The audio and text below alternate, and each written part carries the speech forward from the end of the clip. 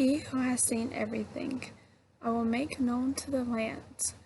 I will teach about him who experienced all things alike. Anu granted him the totality of knowledge of all. He saw the secret, discovered the hidden. He brought information of the time before the flood.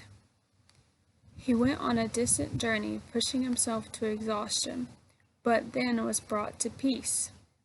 He carved on a stone stela all of his toils, and built the wall of Uruk Haven, the wall of the sacred Anea temple, the holy sanctuary. Look at its wall, which gleams like copper. Inspect its inner walls, the likes of which no one can equal. Take hold of the threshold stone, it dates from ancient times. Go close to the Aeana temple, the residence of Ishtar, such no later king or man ever equaled. Go up on the wall of Uruk and walk around. Examine its foundation, inspect its brickwork thoroughly. Is not even the core of the brick structure made of kiln-fired brick, and did not the 7 sages themselves lay out its plans? 1 league city, 1 league palm gardens, 1 league lowlands, the open area of the Ishtar temple, 3 leagues in the open area of Uruk the wall encloses.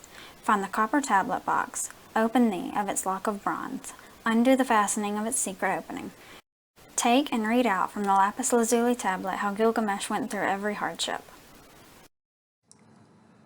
Supreme over other kings, lordly in appearance, he is the hero, born of Uruk, the goring wild bull.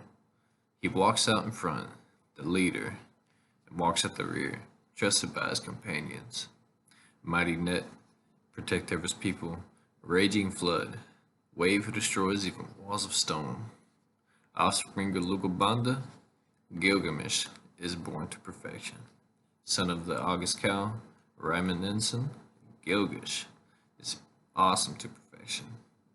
It was he who opened the mountain passes, who dug wells on the flank of the mountain. It was he who crossed the ocean, the vast seas, to the rising sun, who explored the world's regions seeking life.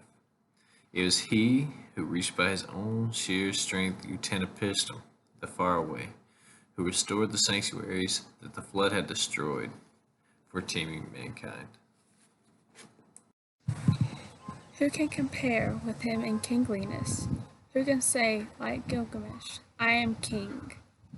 Whose name from the day of his birth was called Gilgamesh? 2/3 of him is God, 1/3 of him is human. The goddess Aruru designed the model for his body. She prepared his form, beautiful, handsomeness of men, perfect. He walks around in the enclosure of Uruk. Like a wild bull, he makes himself mighty, head raised over others.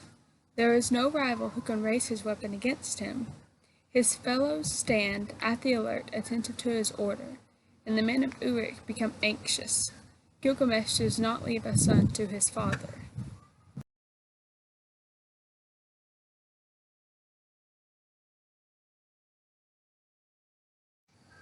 Is Gilgamesh shepherd of Uruk Haven?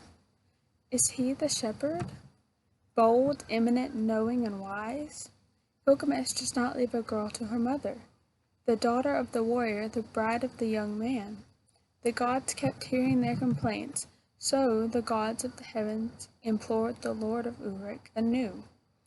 You have indeed brought into being a mighty wild bull, head raised.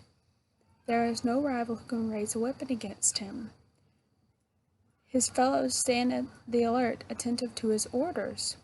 Gilgamesh does not leave a son to his father. Day and night he arrogantly. Is he the shepherd of Uruk Haven? Is he their shepherd, bold, eminent, knowing, and wise? Gilgamesh does not leave a girl to her mother, the daughter of the warrior, the bride of the young man. Anu listened to their complaints, and the gods called out to Aruru. It was you, Aruru, who created mankind. Now create a Zikru to it/him. Let him be equal to Gilgamesh's stormy heart. Let them be a match for each other, so that Uruk may find peace. When Aruru heard this, she created within herself the Zikr of Anu. Aruru washed her hands. She pinched off some clay and threw it into the wilderness. In the wilderness, she created valiant Enkidu, born of silence, endowed with strength by Ninurta. His body was shaggy with hair. He had a full head of hair like a woman. His locks billowed in profusion like Ashnum. He knew neither people nor settled living, but wore a garment like Samukin. He ate grasses with the gazelles and jostled at the watering hole with the animals. As with animals, his thirst was slacked with mere water. A notorious trapper came face to face with him opposite the watering hole. A first, a second, and a third day, he came face to face with him opposite the watering hole. On seeing him, the trapper's face went stark with fear, and he and his animals drew back home. He was rigid with fear, through shock. Still, his heart pounded and his face drained of color. He was miserable to the core, and his face like one who had made a long journey. The trapper addressed his father, saying, "Father, a certain fellow has come from the mountains. He is the mightiest in the land. His strength is as mighty as the meteorite of Anu. He continually goes over the mountains. He continually jostles at the watering place with the animals. He continually plants his feet opposite the watering place. I was afraid, so I did not go up to him. He filled in the pits that I had dug, wrenched out my traps that I had spread, released from my grasp the wild animals. He does not let me make my rounds in the wilderness." The trapper's father spoke to him, saying, "My son, there lives in Uruk a certain Gilgamesh. There is no one stronger than he. He is as strong as the meteorite of Anu. Go, set off to Uruk. Tell Gilgamesh of this man of mine. He will give you the harlot Shamhat. Take her with you.